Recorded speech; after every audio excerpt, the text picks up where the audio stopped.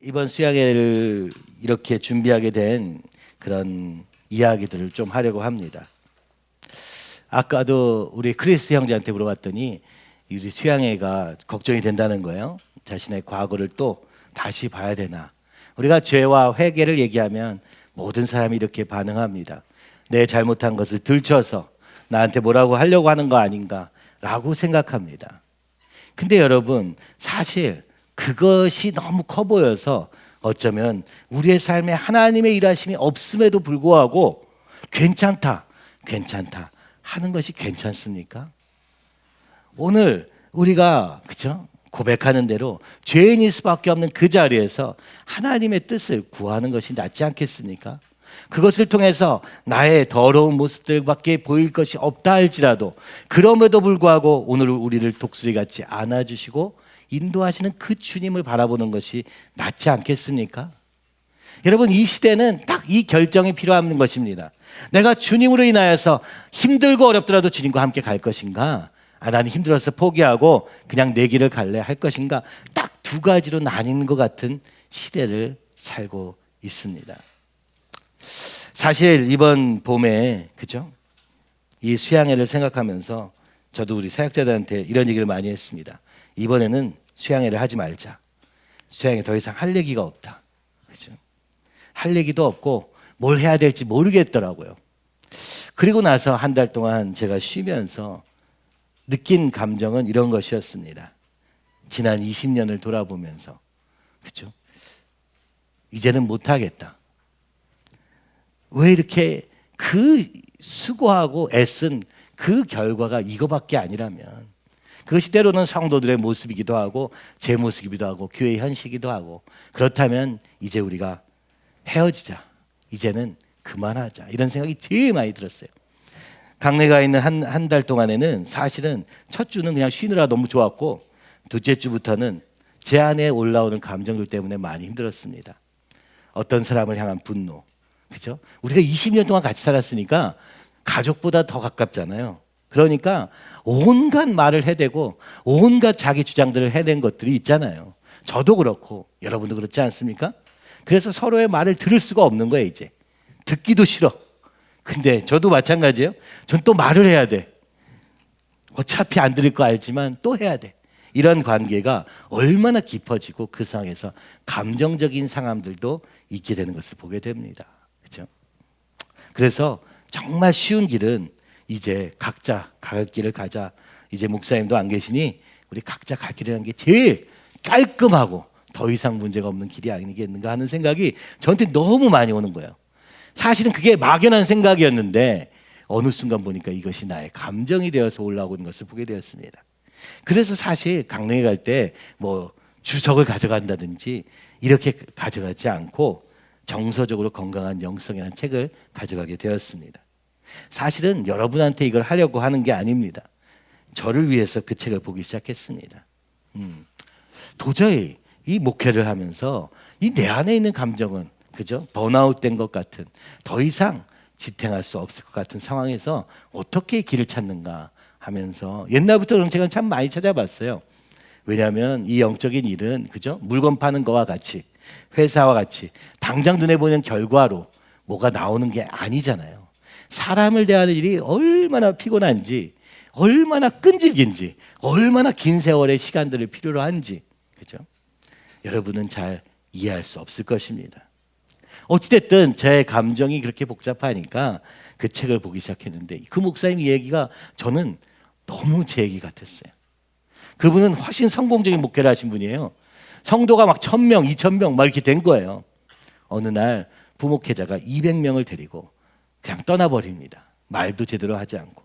거기에 너무 분노가 난 이 목사님, 그죠? 이탈리아계 승질 급한 이 목사님이 도저히 감당하고는 있지만 어려운 거예요. 때로는요 그렇더라고요. 정말 이 얘기들이 다 저한테 와닿았어요. 말이 안 되는 얘기를 계속 해야 되는 사람들을 그래도 들어줘야 된다고 생각해서 듣고 있다가 지쳐버리는 나. 그죠? 왜 끊지 못했을까? 이걸 뭐라고 얘기하냐면 경계에 대한 얘기거든요. 사람과 사람이 너무 친해져도 피곤한 거예요. 그죠? 어느 정도 선을 유지해야 되는데 이 목회라는 건 사실 그게 되게 어렵습니다.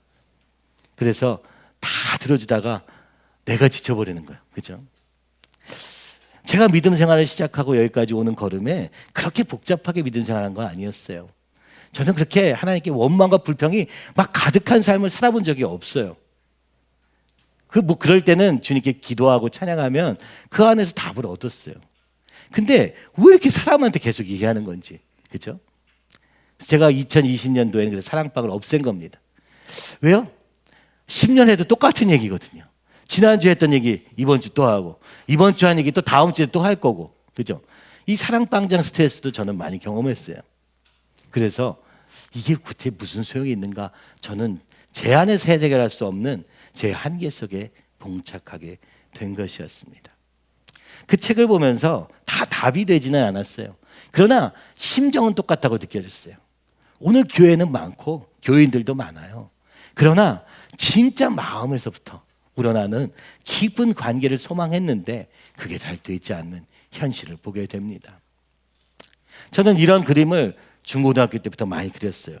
중고등학교 수양회가 끝나면 저는 옆에 있던 친구들한테 가서, 형들한테 가서, 막 누나들한테 가서 막 얼싸안고 껴안아 우는 적이 되게 많았어요. 왜 그랬냐면은 예수님을 만나고 은혜를 받는 순간 제 안에 굉장히 꺼리끼는 게 있는데, 내가 저 사람을 미워했던 거, 내가 저 사람을 판단했던, 그 사람은 전혀 몰라요. 저는 그걸 표현해 본 적이 없으니까. 그러나 내 마음에서 괴로웠어요. 그래서 수양회 끝날 때쯤 되면, 은혜 받고 나면은 저는 누군가에게 가서 끌어안고 혼자 울고 있는 거예요. 그럼 상대방은 제가 왜 저래? 이런 반응인 거예요. 그래서 제가 미안하다 막 얘기합니다. 내가 사실은 뭐 얘기는 다 안 했어요. 내가 사실은 그 거리끼는 거 있었다. 뭔지도 얘기는 안 했지만 제 안에서 그런 게 너무 갑갑했어요. 저는 어려서부터 누군가의 깊은 관계 안에 있는 걸 너무 좋아했고, 그게 저는 어머니와의 관계 속에서 충분하게 이루어졌던 것 같습니다. 항상 모자라다고 생각해서 결혼을 그렇게 해야겠다, 그죠? 여자친구를 그렇게 만나야겠다, 꼭 이렇게 섞여서 등장하곤 했고, 교회에 좀 좋은 형이 있었으면 좋겠다, 항상 그렇게 생각했었습니다. 이 관계에 대한 갈망이 저한테는 굉장히 컸어요. 그러다 어떤 책을 보게 되었습니다. 그 책은 인간관계를 굉장히 잘 설명하고 있었어요. 그게 그 무슨 책인지 지금도 못 찾겠어요. 사람이 있습니다. 사람이요, 그냥 있는 그대로 이렇게 있잖아요. 그러면 서로 안 다치거든요. 근데 사람들이 여기다 뭘 하냐?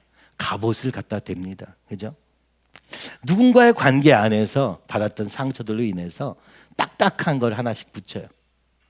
일단 돌과 같은 마음이죠. 그죠? 갑옷을 해가지고 이렇게 부딪혀도 전혀 아프지 않게 자신을 보호하기 위해서 갑옷을 입는 장면이 나오게 됩니다. 그런데 그 중에 어떤 사람은, 그죠? 우리가 보통 상처를 많이 받았다는 사람들은 어떤 방법을 쓰는지 아십니까? 내가 상처를 안 받기 않기 위해서 여기다가 뿔 같은 걸 달아놓습니다. 누군가 나한테 다가오면 그 뿔이 나에게 다가오지 못하게 막는 거예요. 왠지 아세요? 다가와서 좋을 때도 있지만 다가와서 안 좋을 때가 더 많거든요. 나한테 뭐라고 한다든지. 이걸 막기 위해서 우리 모두는 각자의 갑옷을 입은 데다가 무기들을 달아놨어요. 자, 네가 날 찌를 거니까 내가 널 더 찔러주겠어. 더 날카롭고 더 뾰족한 것들을 세워놓고 있어요. 그 책은요, 이것이 바로 십자가를 지신 예수님의 이유라고 설명했습니다. 예수님은요, 우리가 여기다 칼을 달아놔도 다가와서 안아주시는 거예요. 자신이 칼에 찔려도. 우리는 절대 그렇게 안 합니다. 저 사람한테 가면 또 저럴 거야. 그러니까 어떻게 해요? 거리를 둡니다. 판단합니다. 그리고는 다가가지 않아요. 그게 부모가 될 때가 많죠? 그게 가까운 사람일 때가 더 많습니다. 그래서 우리는 오늘도 부부 사이에서도 서로를 이해하기보다는 서로를 공격하며 나를 보호하는 이 방법들을 너무나도 잘 쓰고 있는 거예요. 가족은 그래도 좀 그렇게 못한다면 외부 사람들, 세상을 향해서는 뭐 소리를 질러대고 내가 원하는 걸 막 요구하고, 야, 진짜 사람인가 싶을 정도로 소리를 질러대며, 그렇죠? 이번에도 어떤 사건들을 보면서, 야, 사람을 찌르고도 전혀 죄책감을 느끼지 못하는 사람을 보면서, 이게 인간성의 말살입니다. 그렇죠? 그러니까 우리가 서로 연약하니까 어떻게 하는 겁니까? 거리두기를 하는 거예요. 그 거리는 필요합니다. 그렇지만 그 거리를 강제적으로 두기 위해서 내 옛날의 과거의 상처들을 무기로 바꿔놓은 채 누군가 나한테 다가오기만 하면 찔러주겠어 하는 마음으로 사는 거죠. 그런 마음은 아니에요. 원래는 나를 지키려고 하는 거예요. 근데 결과적으로는 그죠?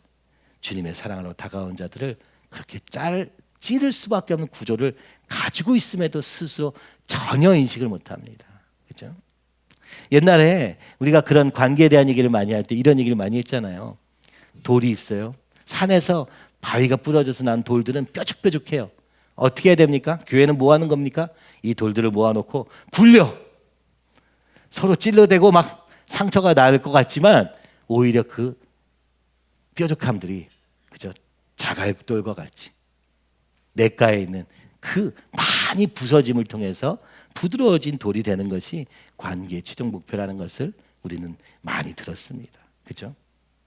이것이 바로 그죠? 일보다 관계라는 거예요. 관계는 피곤합니다. 그죠? 어찌됐든 이와 같은 관계 속에서 우리는요 피곤한 것입니다. 주님은 이렇게 얘기하시는 거예요. 너도 십자가를 져라. 너도 저 사람의 아픔에 동참해라. 저들에게 가서 십자가 지는 마음으로 껴안아라. 나름대로 애를 쓰고 나름대로 시도해 봅니다. 그러나 우리도 상처를 받는 거죠. 그렇죠? 20년 동안 계속 찔러대도 찔렀는지도 모르고 나는 그런 적이 없다 하면 끝나는 이 관계들 속에서 주님은 계속 나에게 요구하신다는 생각이 들면서 화가 나기 시작하는 거예요. 그렇죠? 왜 그렇게 남한테 요구할까? 그렇죠? 근데 사실 나도 그랬었거든. 그러니까 또 안타까운 마음으로 하지만 지쳐가기는 마찬가지였던 것입니다. 왜 이런 감정들이 저한테 올라오기 시작했느냐? 왜 이전에는 그렇지 않았느냐? 참 긴 세월 동안 이것을 찾았습니다.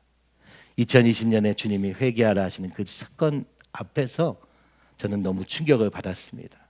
우리는 교회 안에 있으니까 이제 하나님을 위해서 열심히 살면 주님이 놀라운 일을 하실 거라는 기대를 언제부터 한 거냐?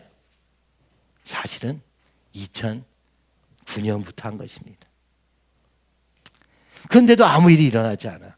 그런데도 모든 하늘마다 더 안 되는 것 같고 그걸로 또 떠나는 사람들이 생기고 또 우리가 속기도 하고 온갖 악한 사람들을 만나기도 하고 그죠?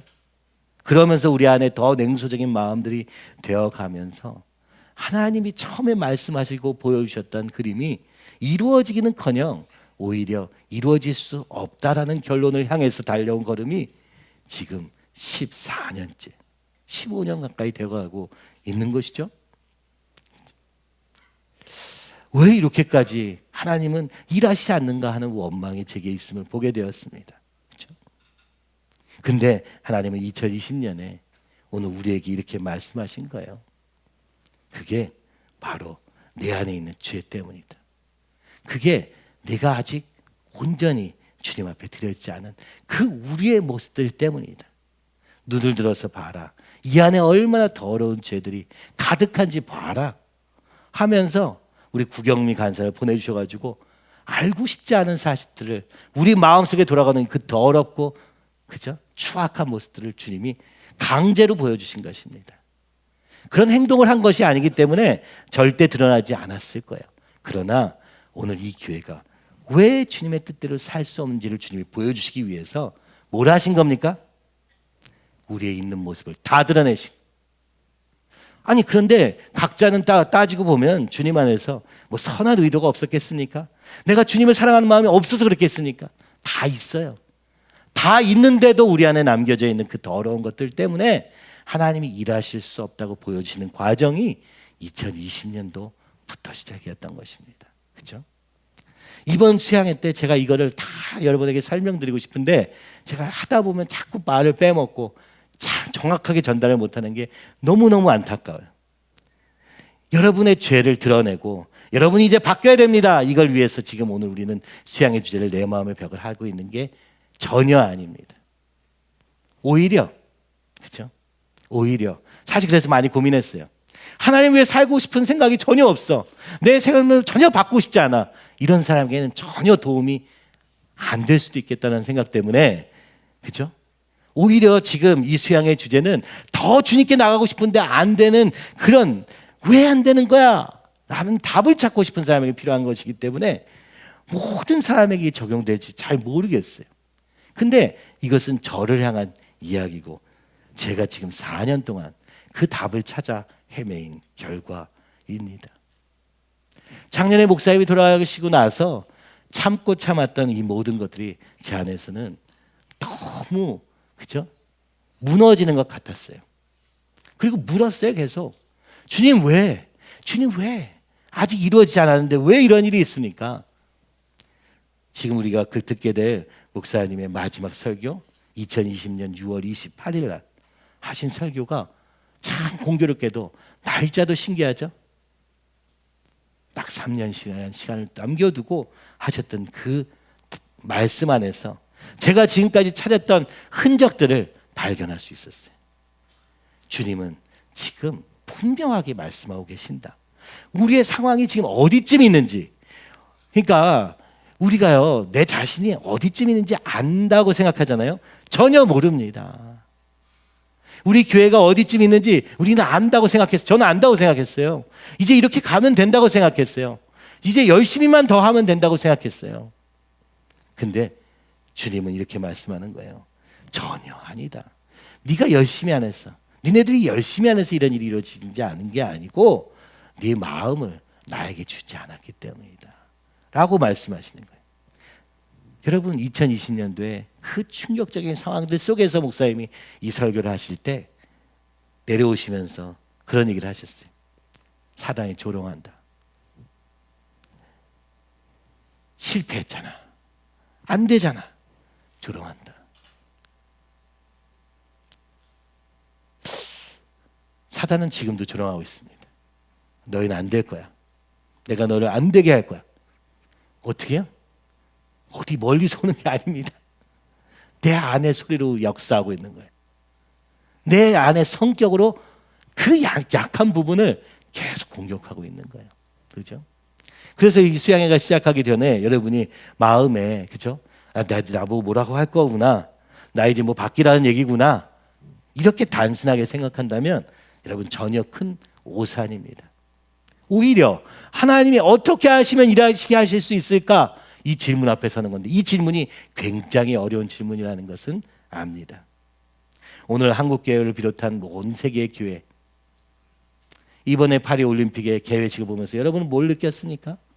이 세상을 만연하고 있는 이 악한 사단의 세력을 보고 있습니까? 2020년도에 영연방의, 그죠?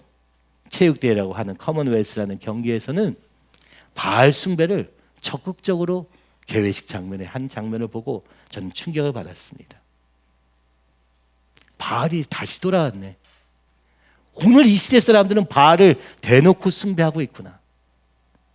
각 국가의 대표들이 송아지, 엄청난 큰 송아지 앞에서 절하며 요한계시록에 있는, 그죠? 빨간 짐승 위에 있는 여인을 형상화하며 그 체육대회를 바알 숭배로 바꿔버린 이 영국의 영적 현실, 도저히 사실이라고 믿기지 않는 그런 현실, 예수님의 만찬의 장면을, 동성애를 적극 권장하기 위한 장소로 바꿔버리는 이 악한 시대 속에서 여러분 왜 이렇게 교회는 사실, 그죠? 왜 이렇게 무기력한 것인가? 오늘날 한국교회 왜 이렇게 무기력한 것인가? 우리 안다고 생각합니다. 우리가 길을 찾을 수 있다고 생각합니다. 이게 바뀌면 될 거라고 생각합니다. 근데 주님은 말씀합니다. 다 아니다. 네가 알고 있다고 생각한 그 방법이 아니라 내가 너에게 말해주겠다라고 얘기하시면서 뭘 보여주셨냐? 우리 안에 있는 더러운 죄들입니다. 은혜를 받으나, 그래서 구원을 받을 수 있으나, 그러나 절대로 하나님의 쓰임을 받을 수 없는, 그렇죠? 우리의 한계들에 대해서 주님은 4년 동안 끊임없이 말씀하시고 보여주셨어요. 저도 나름대로 굉장히 애를 썼습니다. 하나님, 지금까지 교회가 온 거라도 아까워서라도 주님 일해 주세요 하는 마음으로 온 세계 교회를 돌아다녀 보기도 했고요. 그러나 거기서 확인하는 건 나는 할 수 없구나 라는 결론이었습니다.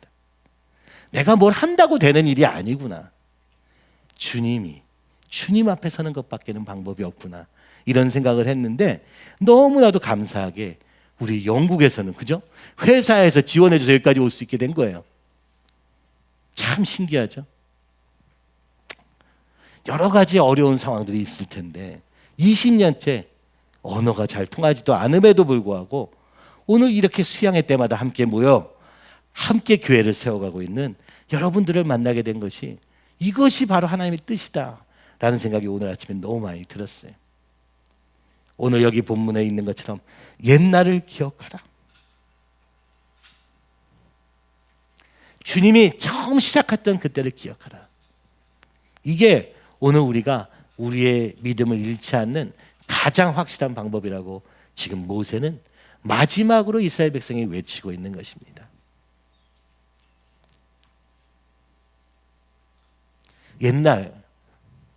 옛날의 죄, 그것만 아니라 옛날 주님이 어떻게 우리를 만나주시고 여기까지 인도하셨던가, 또 주님은 어디로 인도하고 계시는가, 그리고 무엇이 필요한가, 이 모든 것을 여러분과 함께 깊이 나누는 시간이 되었으면 좋겠고, 사실 내일은 제 얘기를 더 많이 할 생각이랍니다. 오늘은 말씀을 가지고 주로 얘기하고 싶어요. 그래서 오늘은 목사님이 마지막으로 했던 설교의 내용을 바탕으로 여러분에게 설명드리고 싶어서 조금 내용을 많이 줄여서 20분 정도의 설교로 요약을 했습니다. 그리고 여러분 책자도 만들었죠. 우리 이 목사님이 열심히 만들어서 책자도 만들었어요. 이 모세 노래. 굉장히 중요한 어떤 이 교회의 어떤 전환점에 대한 이야기라는 것을 저는 이번에 굉장히 크게 느꼈습니다. 그래서 여러분 부담감을 느끼지 마시고, 그죠? 내가 뭐 어떻게 해야 된다 이런 거 하지 마시고, 여러분은 안 됩니다. 우리는 안 됩니다. 주님만이 하실 수 있습니다.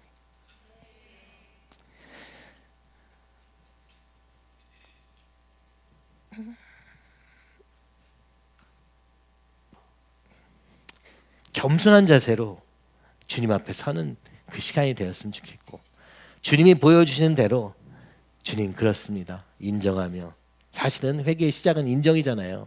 인정하며 주님 앞에 고백하고 주님 앞에 구하고, 오늘 찬양처럼 오 주님 채워주세요.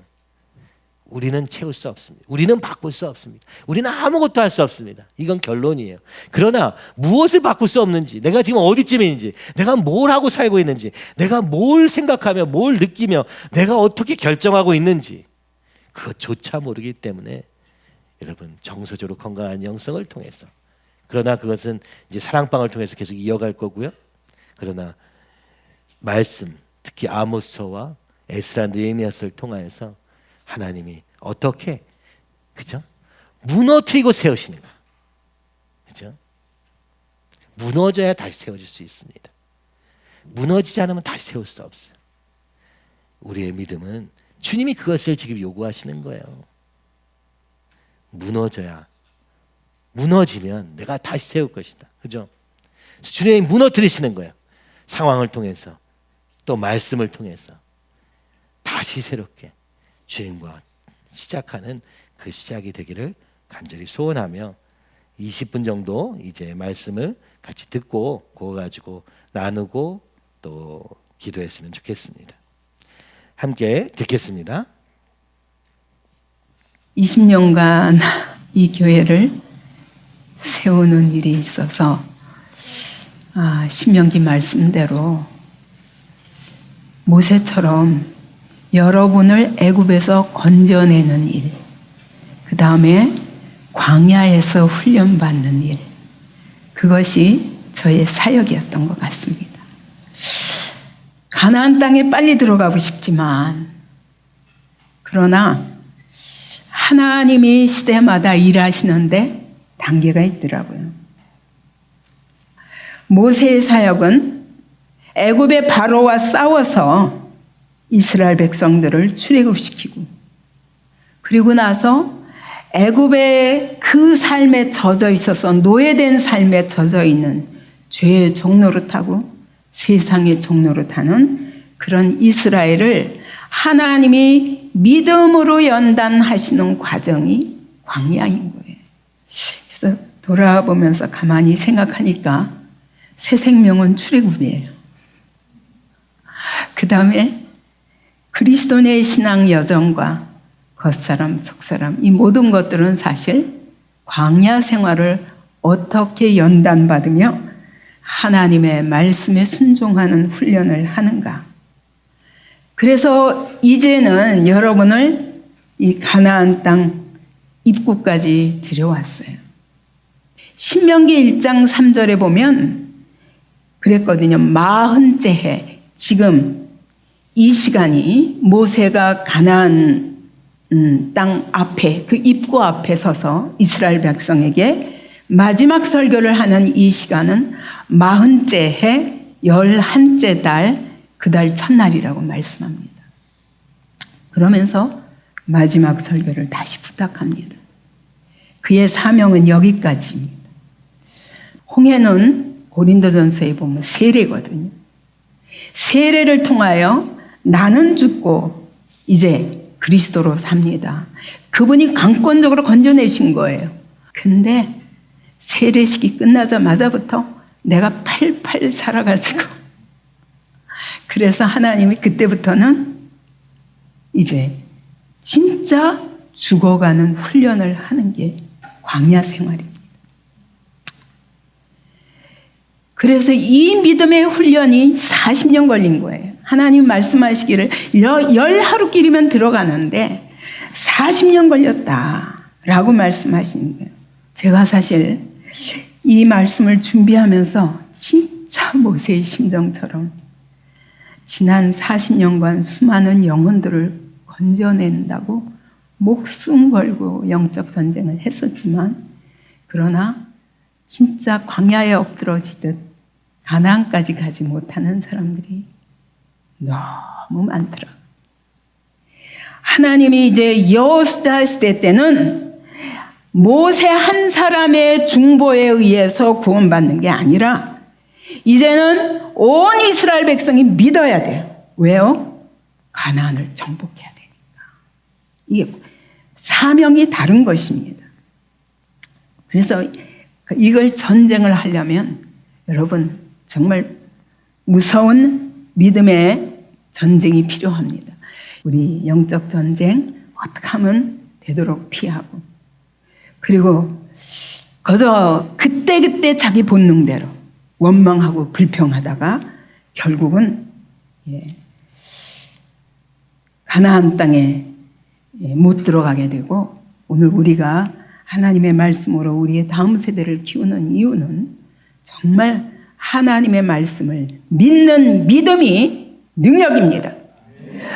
세상을 이기는 믿음입니다. 우리의 능력은 믿음에 있습니다. 우리의 능력을 통해서 전쟁하는 게 아니에요. 그들은 전쟁하지 않았어요. 하기 싫어서. 왜냐하면 전쟁을 통해서 이 하나님의 나라가 세워진다는 걸 알지 못하기 때문에 딱 들어가서 보니까 가나안 땅이 너무 광야에 비해서 풍요한 것입니다. 보니까 가나안 문화가 되게 재미있어요. 가나안 문화는 딱 두 가지로 표현합니다. 성경은. 첫째, 우상숭배. 이 가나안의 이 풍요는 우리 하나님이 아닌 바알에 의해서 얻어지나 보다. 그러면서 그 바알을 섬기기 위해서 그들이 하는 문화가 뭐냐? 음란이에요. 오늘도 마찬가지입니다. 이 세상 문화를 딱 두 가지로 표현하라고 그러면 우상숭배와 음란입니다. 그들은 딱 들어가니까 광야에서 그렇게 고생했던 그 세월에 비해서 들어가서 보니까 풍요한 거예요. 그게 너무 좋았을 거예요. 그래서 전쟁하기가 싫어졌어요. 점점 타협하기 시작합니다.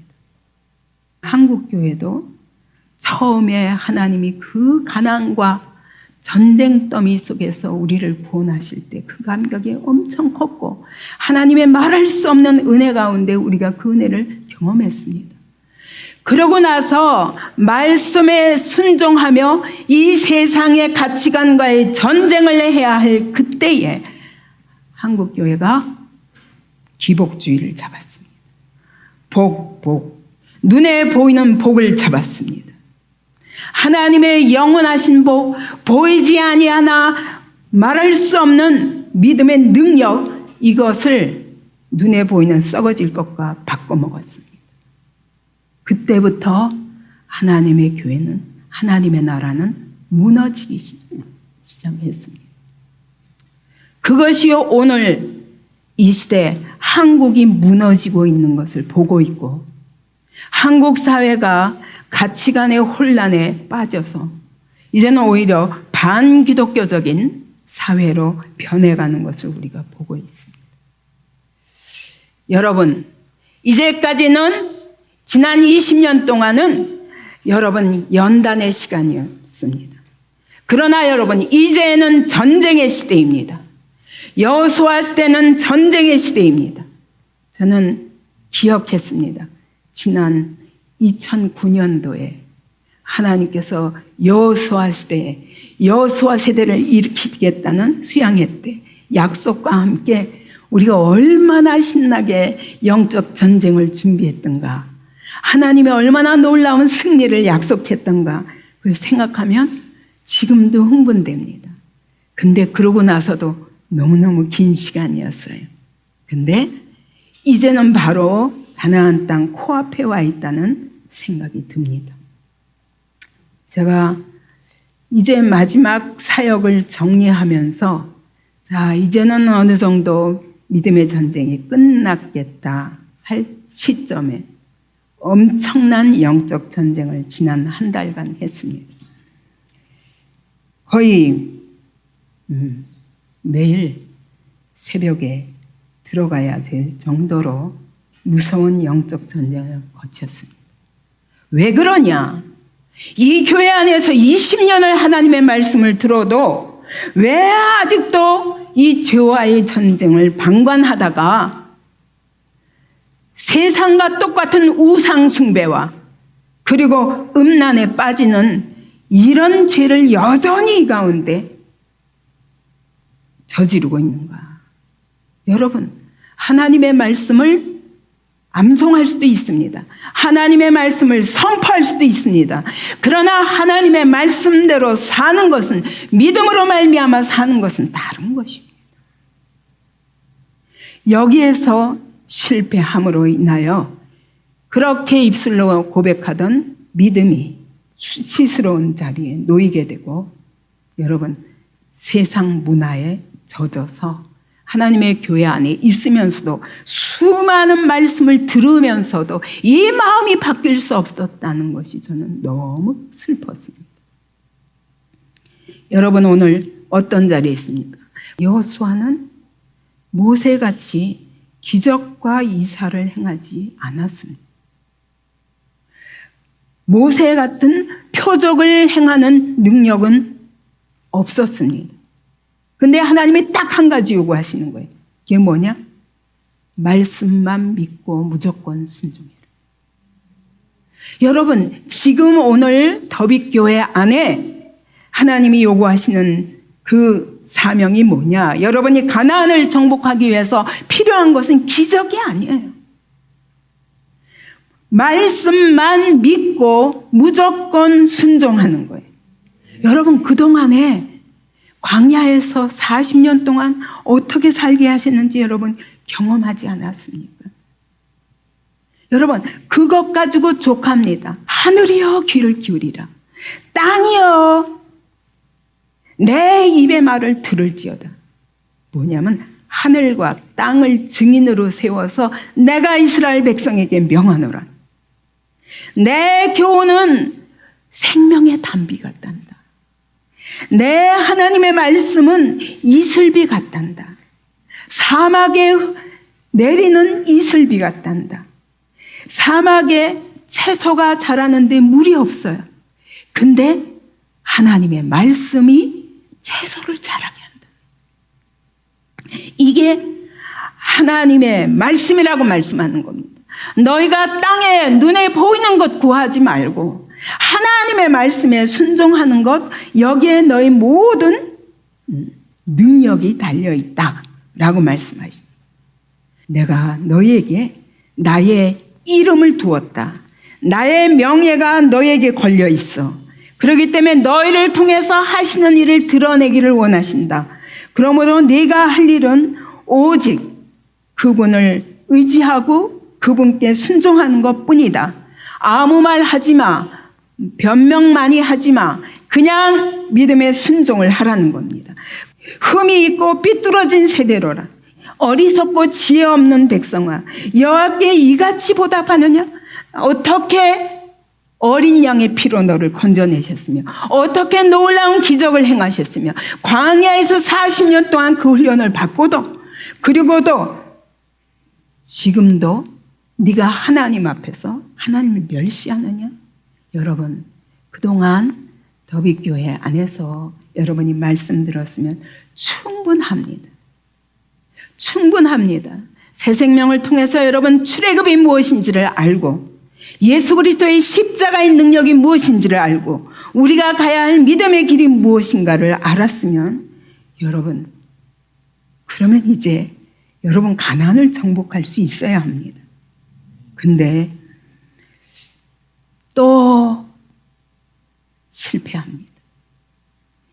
또 때로는 낙심합니다. 아까 우리 박 목사님이 시편 42편 이야기했듯이 우리의 영혼이 낙심할 때가 옵니다. 우리 영혼이 위험을 만날 때가 옵니다. 하나님이 일하시는가? 과연 지금도 일하시는가? 하나님이 끝까지 승리하게 하실 것인가? 여기 광야에서 모든 것이 멈추는 것은 아닌가? 그렇다 할지라도 하나님은 이 모든 과정 속에 하나님의 선하신 계획대로 진행하십니다. 제일 먼저 이런 어려움을 만났을 때 너희가 제일 먼저 할 일은 옛날을 회상하라고 그랬어요.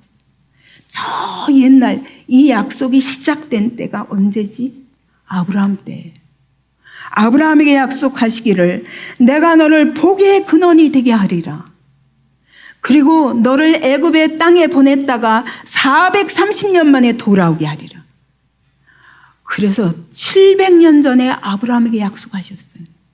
거기까지 기억하라는 거예요. 오늘 우리에게 있어서는 여러분 성경을 기억하면 돼요. 제가 이번에 영적 전쟁을 하면서도 처음에는 하나님께 화가 났어요. 제가 40년 동안 한 기도가 하나님 땅에 떨어진 것입니까? 저 오직 한 가지, 거룩한 가정, 거룩한 교회, 거룩한 하나님의 나라를 이 땅에 세우는 것 외에는 제 인생의 목적이 없었습니다. 근데 하나님 실패하십니까? 실패하게 하십니까? 하나님 그 기도 땅에 떨어졌나요? 네, 얼른 붙잡았습니다. 하나님은 신실하신 하나님. 그분은 절대로 하나님의 우리가 중심으로 하나님 앞에 한 기도를 땅에 떨어뜨리지 않으시는 분이십니다. 하나님의 원래 계획이 가나안을 정복하는 거예요. 이 시대의 죄악에 대해서 정복하는 것이 더빅교회의 사명입니다. 여러분, 가나안 문화가 뭐예요? 우상 숭배와 음란이 이 시대의 가치관이라고 해요. 이 시대의 가치관과 지금 싸워야 할 시점입니다. 다음에 우리가 얻게 될 완전한 가나안에 들어가는 일은 예수께서 오실 때 이루어집니다. 이 마지막 때의 영적 전쟁을 할 하나님의 교회로 더빅교회를 부르셨습니다. 히브리서 3장 14절 말씀을 기억했습니다. 우리가 시작할 때 확신한 것을 끝까지, 여러분 의심이 될 때도, 상황이 나쁠 때도, 염려와 근심, 내 영혼에 불안함이 있을 때도 끝까지 견고히 잡고 있으면, 이거 놓치지 않으면 그리스도와 함께 참여한 자가 되리라. 하나님의 약속을 반드시 이루십니다. 여러분, 때로 여러분의 삶에서 아, 여기가 끝인가? 라는 시점이 올 수 있습니다. 낙심하지 마시기 바랍니다. 하나님은 절대로 그의 계획을 이루십니다. 하나님, 그동안 값없이 애굽에서 구원받았습니다. 예수 그리스도의 십자가로 말미암아 값없이 구원받았습니다. 그러나 그것이 믿음인 줄 알았는데 한 번도 죄로 인하여 씨름하며 싸워본 적이 없는 사람에게는 구원이 아닙니다. 거짓 구원입니다. 하나님 이제 죄와 싸우기 원합니다. 하나님의 약속을 붙잡고 내 안에 있는 가나안 문화와 싸우기를 원합니다. 내 안에 가나안 문화와 싸우지 않은 자가 이 세상의 죄와 어떻게 싸우겠습니까? 이 마귀의 권세와 어떻게 싸우겠습니까? 하나님 이 세상을 어떻게 정복하겠습니까? 이 땅에 어떻게 하나님 나라를 세우겠습니까? 아니, 우리 가정에 어떻게 온전한 구원이 이루어지겠습니까? 하나님의 약속을 붙잡고 날마다 이 전쟁을 하며 믿음의 전쟁을 하며 그날 믿음의 승리를 이루는 우리 한 사람 한 사람 되게 도와주옵소서. 그런 사람들만이 가나안 땅에 들어가 아버지 가나안 전쟁을 함께 치를 수 있습니다. 영덕동의 가나안과 가나안 문화와 전쟁해서 승리하고 하나님께 영광을 돌리며 이 땅에 하나님의 나라를 세우며 이 나라의 가나안 문화와 싸워서 하나님 이 나라를 하나님의 나라로 올려드리며 마지막 때 우리가 가야 할 이 마지막 사명을 위하여 이 죄와의 전쟁을 하며 주님 오실 길을 예비하는 더빅교회 되도록 축복하여 주시옵소서. 하나님 앞에 모든 앞길을 의탁합니다. 아버지 앞으로 끌어갈 우리 사역자들을 축복하여 주옵소서. 박정배 목사에게 아버지의 말씀과 성령의 권능을 부어주사 아버지여 정말 하나님이 더 고난 가운데 더 하나님의 말씀의 능력을 체험하고 하나님의 승리를 체험하는 종이 되게 도와주시고 하나님이 세우신 모든 종들에게 이와 같이 축복하사 아버지 정말 이 땅의 이 시대의 문화와 싸우는 영적 군사들로 하나님 나라 군사들로 일으켜 주시옵소서. 남은 모든 걸음을 통하여 하나님의 뜻이 이루어질 것을 믿고 감사드리며 살아계신 예수님 이름으로 기도하옵나이다. 아멘. 아멘. 예, 이 말씀이 저에게는 답이 되었어요. 그렇죠? 하나님이 무엇을 시작하셨는가를 붙잡지 않으면 우리가 승리할 길은 아예 없습니다. 그래서 주님이 하신 일을 붙잡고 살 것인가 아니면 주님이 아닌 것으로 갈 것인가가 우상숭배의 갈림길에 있는 것입니다. 그리고 이 우상숭배는 그렇게 거창한 게 아니에요. 풍요 그 자체입니다. 풍요, 오늘날 돈, 그것이 다 바알로부터 온다고 생각하는 거예요. 그렇죠? 하나님은 오히려 눈에 보이지 않는 믿음의 걸음으로 인도하시기 때문에 이것이 어려운 것이죠. 그렇게까지 생각해야 되나? 아마 그렇게 생각할 겁니다. 그러나 여러분 현실을 보십시오. 오늘 이 땅의 교회들을 보십시오.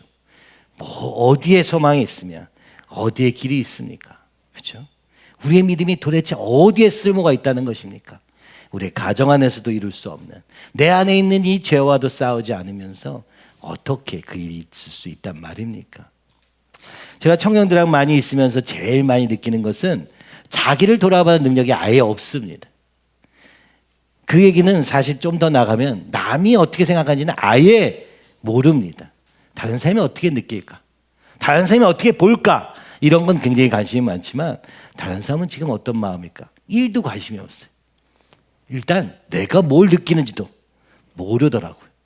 내가 무슨 행동을 왜 이렇게 했는지도 전혀 모르는데 어떻게 남의 마음을 읽겠습니까?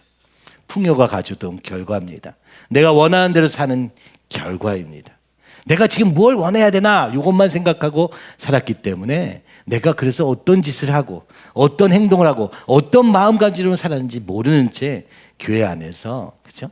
예배 드릴 때만 막 그럴듯한 얘기를 하는 거예요. 그래서 여러분 사실 그 책이 중요하다고 생각했던 겁니다. 내가 뭘 느끼는지조차 모르잖아요. 이번에도 보니까 그죠? 화나는 건 다 화나는 지점을 찾을 수 있어요. 그러나 슬픔을 느끼지 못하는 사람이 대부분이더라고. 슬픔 때문에 화가 나는 거잖아요. 그죠? 우리의 부족함, 결핍 그것을 느끼는 거잖아요. 화까지는 인식해도 슬픔, 두려움, 내가 진짜 무엇을 두려워하는 건지 모르는 거죠. 바로 이 죄로의 문제가 우리를 죽음으로 끌고 가기 때문에 두려워한다는 사실을 모르다 보니까 피상적이고 표면적인 것에서만 이유를 찾는 거예요. 네가 이렇게 말해서 그런 거잖아. 상황이 이러니까 이런 거잖아. 이게 원망과 불평의 굉장히 얕은 단계인 거예요. 그죠? 겉모습만 보고 판단하는 그것이 우리의 인생의 답이 될 수는 없습니다. 그죠? 그래서 다시 우리가 봐야 될 건 무엇입니까? 하나님이 무엇을 하고자 하시는가로 돌아가야 되는 것입니다. 오늘 우리의 정체성은 하나님의 백성으로 하나님의 뜻을 이루는 데 있다는 것을 정말 보기 전에는 답을 찾기가 쉽지 않은 것이죠. 요 방면 이게 목사님이 얘기하신 거 좀 정리한 화면인데, 그렇죠? 사실은 이것만 아니라 많은 조금 간증들과 뭐 책들을 보면서 좀 알게 됐어요. 화면이 안 나오네요. 자, 아까 말씀하셨죠. 지금 굉장히 중요한 단계에 있습니다. 그죠? 여러분, 애굽을 출애굽한 것, 이것은 바로 새 생명의 결과였습니다. 여러분도 그래서 그 주님의 은혜를 감사하고 그 주님을 알게 되고, 그죠? 그 주님으로 인해서 우리가 새롭게 시작되었다는 것을 알게 돼요. 그러나 이 애굽에서 광야까지의 걸음은 모세에 의해서 여기까지 왔다는 것을 얘기하고 계시는 거예요. 그죠? 근데 지금 오늘 우리의 시점이 어디에 있는가? 바로 요단강 바로 앞에 있다라고 하는 것입니다. 이게 굉장히 큰 차이를 가져오게 돼요. 그것은 무엇입니까? 한 사람의 중보, 한 사람의 리더십, 그 카리스마와 기적과 이사로 하나님이 은혜로 말미암아 걸어왔던 걸음이라면, 이 가나안 땅으로 들어가는 걸음은 우리의 믿음으로만 들어갈 수 있는 걸음입니다. 그 믿음이 다른 사람의 믿음이 아니에요. 목사님이 얼마나 믿음을 잘 하시는가가 여러분을 가나안 땅으로 인도하는 게 아닙니다.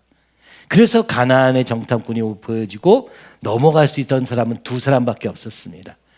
결국 여호수아하고 갈렙밖에 안 됐습니다. 각자의 믿음으로 걸어가는 거예요. 이게 너무너무 중요합니다. 일단 가나안으로 들어가는 과정부터 쉽지 않죠. 왜냐하면 요단강을 지나가야 되거든요.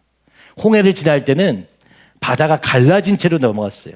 근데 요단강은요, 법궤를 메고 들어가요. 물로 들어가서 이루어진 일입니다. 그렇죠? 들어가서야 비로소 꼴깍하기 전에, 그죠? 말하자면 믿음의 순종이 먼저인 거예요. 이게 믿음의 진짜 원리거든요. 믿어져야 믿어지는 게 아니고, 그거는 처음에 구원의 단계 때 있던 일이라면 가나안 땅에서의 걸음은 내 믿음으로 걸어가는 것입니다. 그것은 이런 얘기죠. 죽으면 죽으리라 하는 믿음의 결단 없이는 요단강 못 건너갑니다. 근데 오늘 우리의 삶은 어떻습니까? 내 안에 죄가 있다는 것도 몰라요. 나로서는 주님께 갈 수 없다는 것도 몰라요. 내 삶에 이미, 그죠? 그 모든 문제가 깔려 있음에도 몰라요. 자녀들은 죽어가고 있는데도 몰라요. 남편이 죽어가고 있는데도 몰라요. 근데 무슨 가나안 땅에 들어간단 말입니까? 광야에서 죽는 인생입니다. 그게 의미 없다는 말은 아닙니다. 구원받았으니까요. 그러나 다른 사람을 구원할 수는 없는 것입니다. 그러나 하나님의 뜻을 이룰 수는 없는 것입니다. 이것이 지금 여기 보면 목사님께서 사실은 새 생명과 신앙여정, 겉사람과 속사람을 통해서 광야길을 설명하시고 항상 하던 얘기는 무엇입니까? 새 생활과 새 성품. 우리의 삶이 바뀌어야 되는 거예요. 로마서 12장 1절 2절에 있는 것 같이, 그죠? 거룩한 산재물의 삶이 되어야 진짜 믿음이에요. 로마서는 11장까지 믿음이란 무엇인가를 설명하고 있어요. 그러나 믿는다면, 진짜 믿음으로 말미암아 구원받았다면 12장부터가 진짜예요. 우리의 삶이 바뀌어야 되는 겁니다. 어떻게 바뀌느냐? 내가 산 재물이 되어야 되는 겁니다. 내가 죽어야 되는 겁니다. 그렇죠? 여기를 넘어가 본 적은 아직까지 저는 없다고 생각해요. 한국교회는 은혜로 말미암아 광야를 지나서 그죠? 풍요를 누릴 수 있게 되었습니다. 그러나 가나안의 영적 전쟁을 하고 있지는 않은 겁니다. 돈도 많고 풍요도 많지만 거기에 진짜 이 죄와의 싸움, 이 사단의 교묘한 이 문화 속에서 역사하고 있는 일들을 우리는 대적할 수 없어요. 같이 모여서 기도하고 이거 싸웁시다 이렇게는 할 수 있어요. 근데 그 돌아와서 우리 집에서는 못 싸우는 거예요. 내 안에 있는 죄와 못 싸우는 거예요. 이 가나안은 사실 마음입니다. 내 안에서부터 싸워야 되는 겁니다. 내 안에 있는 가나안과 싸우지 않는 자가 세상의 가나안을 정복할 수 없는 것입니다. 그렇죠? 이것이 지금 리더십의 시프트라고 주님은 말씀하고 계시는 거예요. 저 개인적으로는 모세와 같이 여러분을 끌어갈 능력은 전혀 없다고 생각했기 때문에 포기하고 싶었습니다. 그렇죠? 근데 저는 위로가 되었습니다. 그러나 주님, 나는 여호수아와 같이 가정의 달에 외쳤던 것처럼 나와 내 가정은 오직 하나님만 섬기겠습니다. 다른 사람이 어떻게 하냐 이제 신경도 쓰고 싶지 않습니다. 나는 이 땅에 가겠습니다. 비록 내 상황이 처절하고 아무 소망이 없는 것 같은 주님이 드러내셔서 이 안에 우리 가정 안에부터 온전한 구원이 이루어지지 않았음을 보여주셨지만 그러나 나는 그때도 주님은 물으셨습니다. 그럼에도 나를 따를 것이냐 아니면 포기할 것이냐. 우리의 죄된 현실은 보면 볼수록 괴롭습니다. 그러나 그때 우리에게 주님이 물어보신 건 딱 한 가지입니다. 그래서 포기할래? 아니면 그럼에도 나를 따르겠느냐. 이거밖에 없어요. 우리는 여기를 생각하는 거예요. 나 아무것도 안 했는데 다 좋은 거. 내게 아무 문제도 없고 주님이 나에게 축복을 내려주셔가지고 이거는요 거의 믿음이 아닙니다. 이거는 저쪽이에요. 우상 숭배입니다. 하나님을 내 하나님으로 바꿔버린 가짜 하나님입니다. 그렇죠? 여러분 오늘날 이 시대에 이런 책들이 나오는 이유가 다 여기에 있는 것입니다. 내가 만든 하나님, 그렇죠? 아이가 내가 곧 하나님이다 외치는 이 시대 가운데서는 진짜 하나님의 음성이 뭔지를 구별하기가 쉽지가 않아요. 왜냐하면 내가 하나님이거든. 내가 생각하는 게 그게 하나님이거든. 교회에서 뭐라고 하든 나와 상관없어. 내가 하나님이거든요. 여러분 이게 우리가 지금 속고 있는 가장 큰 그죠? 문제입니다. 오늘 살아계신 하나님의 음성을 들을 수 없게 되는 거예요. 예언도 많이 가르칩니다. 그러나 그 예언이 진짜 하나님부터 말미암은지 확인할 길이 없습니다. 그래서 저는 4년 동안 계속 물었고 계속 고민했고 지난 1년 동안은 더 많이 물었습니다. 그리고 이번 수양회 하려고 하는 이 내용은 그것에 대한 하나님의 응답들을 쫙 모아봤더니 너무 내용이 많더라고요. 주님이 보여주신 그림은 이게 확실하다라는 것입니다. 지금은 요단강을 건너 가나안 정복을 향해 가려갈 걸음을 준비시키고 있는 단계라는 것입니다.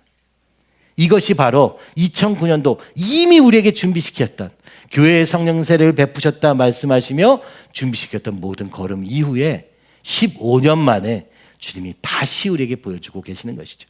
뭐 정확히 15년 아니고 2000년부터니까 그죠? 더 빠르지만 이 시간이 필요했던 것입니다. 준비 기간도 꽤 길구나 이런 생각이 듭니다. 그렇죠? 기적의 시대가 아니라 순종의 시대로 그렇죠? 오늘 넘어가라고 말씀하시는 중에 있어요. 자, 우리 교회 걸음도 제가 한번 혼자 정리해 봤어요. 목사님이 50세 때 베이징에 교회가 세워진 거예요. 지난번에 찾다 보니까 그 교회가 어떻게 세워지느냐. 요한계시록에 어떤 그죠? 대가셨던 한 목사님이 베이징에 있는 집에 오셔서 요한계시록을 하시다가 하나님이 이곳에 교회를 세우려 하신다고 하는 이야기를 4번째 증거로 받으시며 세워진 것이 베이징 교회였습니다. 그렇죠? 30세에 주님을 만나서 20년 동안 복음을 전한 결과 교회가 세워진 것이 1998년도였던 거예요. 그렇죠? 그리고 하나님이 서울에 오게 되면 서울교회를 세우게 하시고 그리고 2004년도에 지금으로부터 20년 전에 다음 세대를 키우는 성경학교를 그죠? 하게 하신 겁니다. 참 이때는 성경학교가 매해 있을 것 같았어요. 그러나 사실 돌이켜보면 진짜 목사님이 하셨던 그 성경학교는 이때가 거의 그죠? 유일하죠. 이때는 정말 다 직장도 그만두고 학교도 다 그만두고 다 모여서 말씀에 집중했던 시기. 왜 그랬었는가? 옆에서 다 그런 거예요. 왜 그렇게까지 하느냐고. 전 지금은 알겠거든요. 오늘 2024년 주님은 오랜 시간을 통해서 준비하고 계시는 것입니다. 20년 전에 이 걸음을 준비하시고 바로 이 성경학교를 통해서 다음 세대가 세워지고 이 걸음 속에서 한동대가 세워지고 홍콩의 교회가 세워지고 뉴저지가 교회가 세워지게 하시면서 오게 하시고 2009년도에 교회 성령 세대를 말씀하시며 동시에 우리는 그때 공동체를 꿈꿨습니다. 우리 김수현 집사가 그렸던 그림, 어떻게 우리가 음식은 어떻게 먹고 살 것이며 어떻게 문화를 만들어갈 것이며 어떻게 우리의 삶을 이끌어갈 것이며 어떻게 우리의 직장들이 만들어지고 어떻게 주님만 섬기는 그런 공동체가 될 수 있을까를 꿈꿨었죠. 그렇죠? 기억하십니까? 여기 안 계신 분들도 많겠지만 우리는 그렇게 꿈을 꿨습니다. 그래서 바로 될 줄 알았어요. 이때는 성욱 형제도 있어서 그렇죠? 재정적인 것도 굉장히 가능해 보였습니다. 미국에도 꿈을 꿔보고 중국에도 98년도에 꿨던 꿈을 다시 꾸는 일들도 있었죠. 그러나 그것이 그렇게 쉽게 이루어지지는 않았습니다. 그래서 이상하다 생각했습니다. 주님 성령세를 부어주셨고 주님이 이제 놀랍게 찬양하면서 나아가게 하셨는데 이것이 어찌 된 것입니까? 라고 막 물었어요.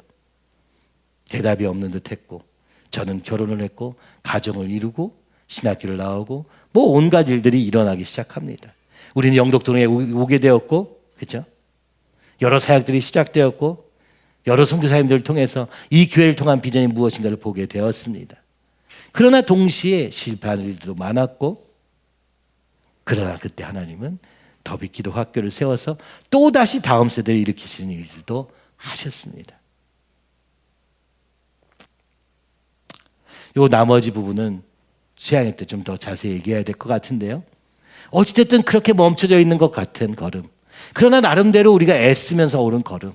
그래서 좀만 더 열심히 하면 뭔가 될 것 같은 그런 걸음이었지만 주님은 2018년부터 그렇죠? 지금도 이 기억이 저한테는 생생하거든요. 시편 51편 회개에 대한 찬양 53편인가요? 그죠? 그 51편 맞나요? 헷갈리는데 그걸 하면서 제 안에서 엄청 많이 혼자 이걸 준비하면서 혼자 엄청 많이 울었어요. 그때 제가 조금 알았어요. 뭐가 갑갑한가 보다. 내가 뭔가 힘을 잃고 있는 건 아닌가? 왜 이렇게 하나님에 대해서 멀게 느껴지는가? 그때 불렀던 찬양이 광야를 지나며예요. 저는 광야라고 생각하지 않았어요. 우리는 이미 가나안에서 지금 정복하고 있다고 생각했습니다. 그래서 더 열심히 우리 사역자들한테도 더 열심히 해보자 막 이런 걸 더 많이 했던 때예요. 누군가는 함께 하고 있는 것 같고 사람도 많았고 뭔가가 막 이루어지는 것도 같았어요. 그러나 그 설교를 준비하며 광야를 지나며를 듣게 될 때 그렇게 눈물을 많이 흘렸습니다. 광야구나. 광야인가? 라는 생각을 처음 했어요. 회개라는 주제도 그 시편이 돌아오니까 하긴 했지만 그게 지금 필요하다고 생각하지도 않았어요. 그러나 그 설교를 준비하면서 얼마나 많이 울었었던지 왜 이렇게 우는 건지 저는 몰랐어요. 그러나 내 영혼의 탄식이라는 것을 저는 나중에 알게 되었습니다. 내 영혼이 괴로워하고 있는데 나는 몰랐어요. 무엇 때문에 그런지도 몰랐고 아무것도 몰랐어요 진짜. 그리고 2년 뒤에 19년도에는 안식년도 갔다 왔죠. 더 이상 무엇도 하고 싶은 생각이 안 들어서 쉴 수밖에 없었습니다. 사실은 이 시점이 위임식을 준비하던 시간이기도 하잖아요. 목사님은 네가 이제 이어가라 이렇게 얘기하셨는데 저는 그게 너무 피하고 싶었어요. 왜냐하면 제게 힘이 하나도 없었거든요. 오히려 내 안에 꺾여진 마음밖에 없는 것을 발견하게 되고 뭔가 새로운 것이 필요하다고는 생각했지만 그게 뭔지 몰랐어요. 그리고 19년, 20년을 지나며 하나님은 그게 뭔지 보여주셨는데요. 그것은 죄로 무너진 가정과 교회, 그 속에서 무너진 내 마음을 보게 하셨습니다. 보니까 더 죽겠더라고요. 알게 되니까 너무 알기 싫더라고요. 그죠? 여러분, 죄가 이런 겁니다. 그냥 괜찮다고 해줘. 다 이렇게 하고 싶어요. 근데 아닙니다. 주님은 다시 세우기 위해서 무너뜨리시는 거예요. 사실은 네가 이 자리에 있다. 사실은 지금 너가 사실은 근데 그 하나님이 책망하는 것 같았어요. 야, 왜 넌 거기서 주님을 놓쳐서 이렇게 됐니? 라고 물으시는 것 같았지만 사실 그건 아니었어요. 오히려 위로하셨어요.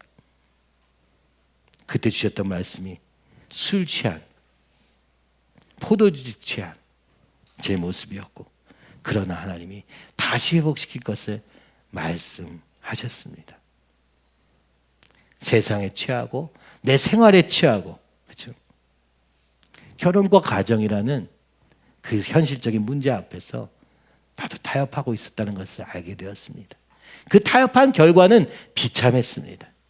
하나님 나라의 소원이 무너진 것 같았고 실패한 것 같았고, 그죠?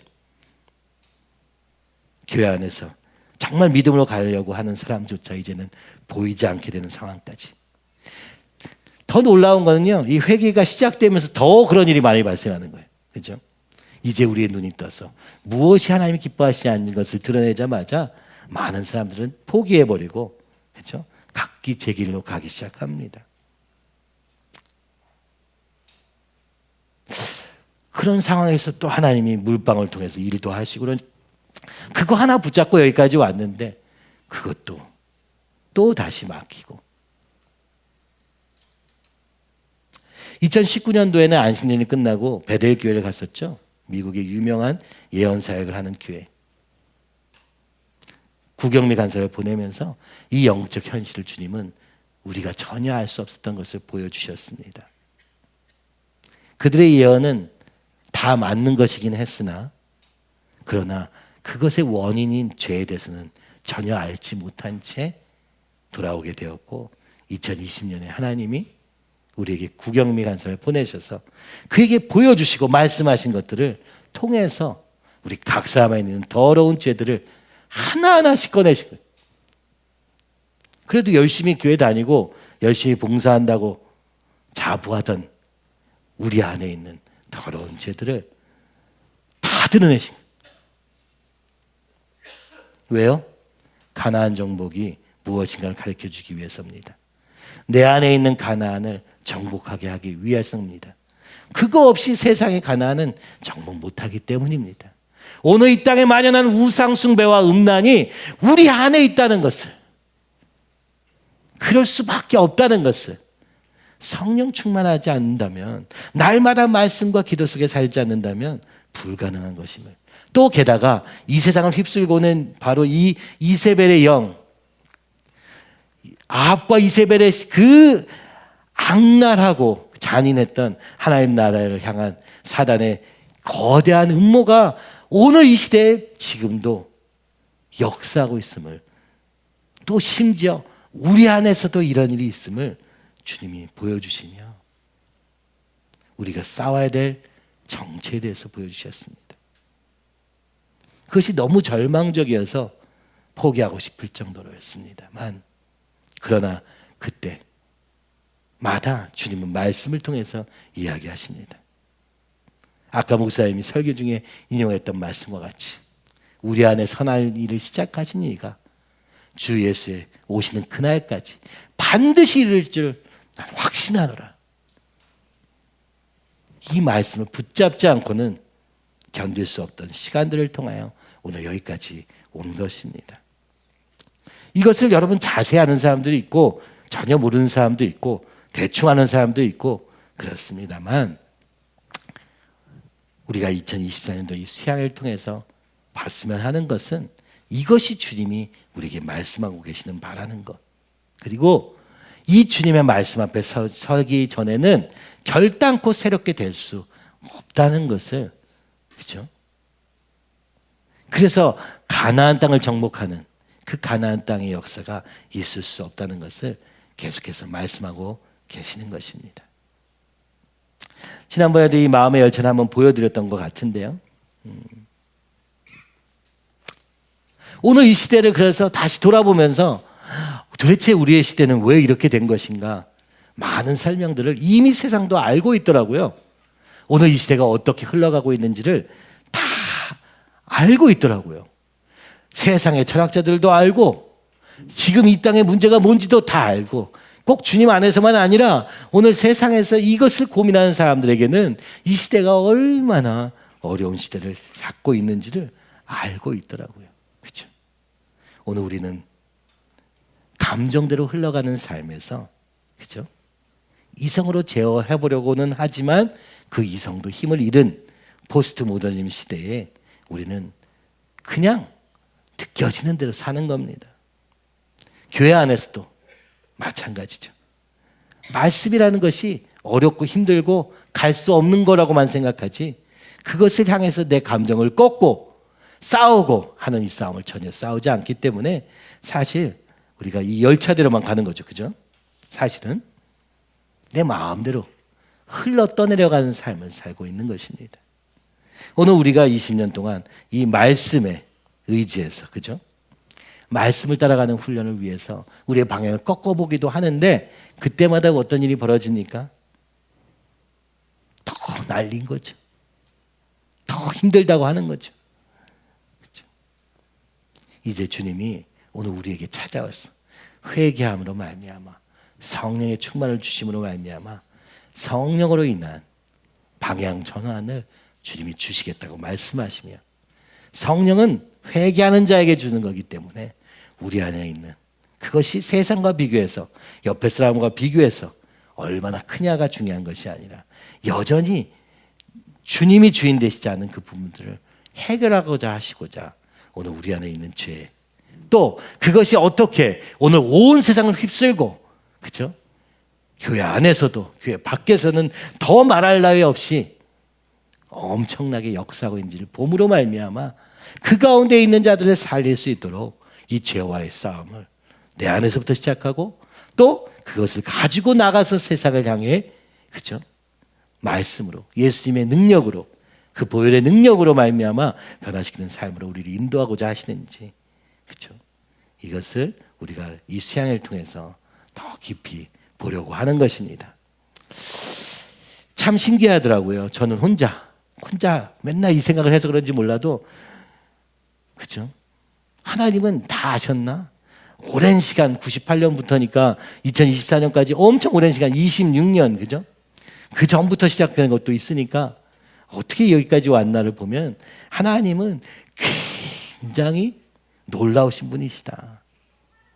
우리에게는 이 기간이 너무 긴 것 같았지만 주님에게는 이 모든 것을 아시고 있는 것처럼 그 시간마다 그죠? 다 간섭하시고 다 준비하신 것처럼 보일 만큼 딱딱 떨어지게 일하시는 거예요. 저도 이제 50세가 되어가는 시점에 다시 보니까 그때 목사님도 50세셨네. 98년. 하나님은 다 알고 계셨구나. 다 이해할 수는 없지만 적어도 하나님이 오늘도 우리 가운데서 일하고 계신다는 생각을 해보게 됩니다. 주님은 20년 전에 성경학교를 통해 다음 세대를 준비하셨고 그죠? 또 10년 전에 우리 여기에 있는 지금 대학생이 된 우리 청년들을 통해서 더비기록 학교를 세우시고 하나님의 계획은 그렇게 단기적인 계획이 아니구나. 굉장히 길고 긴 하나님의 일을 조금씩 해나가고 계시되 우리 안에 그죠? 있는 것들을 제거해 가시면서 더 온전하게 만들어 가시는 방향으로 지금도 일하고 계신다는 확신이 제게 들면서 내가 할 수 있는 것은 없으나 그러나 주님이 일하실 것을 기대하게는 되게 되는 것 같습니다. 여러분 이번 수양에 그죠? 죄에 대한 얘기를 하니까 너무 무겁게만 느껴진다면 여러분 이번에 정말 주님 앞에서 내가 어떤지를 보고 그 하나님의 다림줄 기준 앞에 서서 그죠? 삐뚤어진 것들이 있다면 주님 앞에 나서 주님을 만남으로 주님의 그 십자가의 사랑으로 완전히 회복하고 성령으로 말미암아 새롭게 되는 역사가 있기를 간절히 소원하며 그것이 주님이 우리에게 주시고자 하는 왜냐 오늘 우리를 통해서 주님의 뜻이 온전하게 이루어질 수 있도록 하시기 위한 이 교회를 통해서 주님이 일하시기 위해서 그 모든 방향 전환을 이루어 계신다는 사실을 보게 됩니다. 한 가지 제가 스스로도 그러리는 것은 그죠?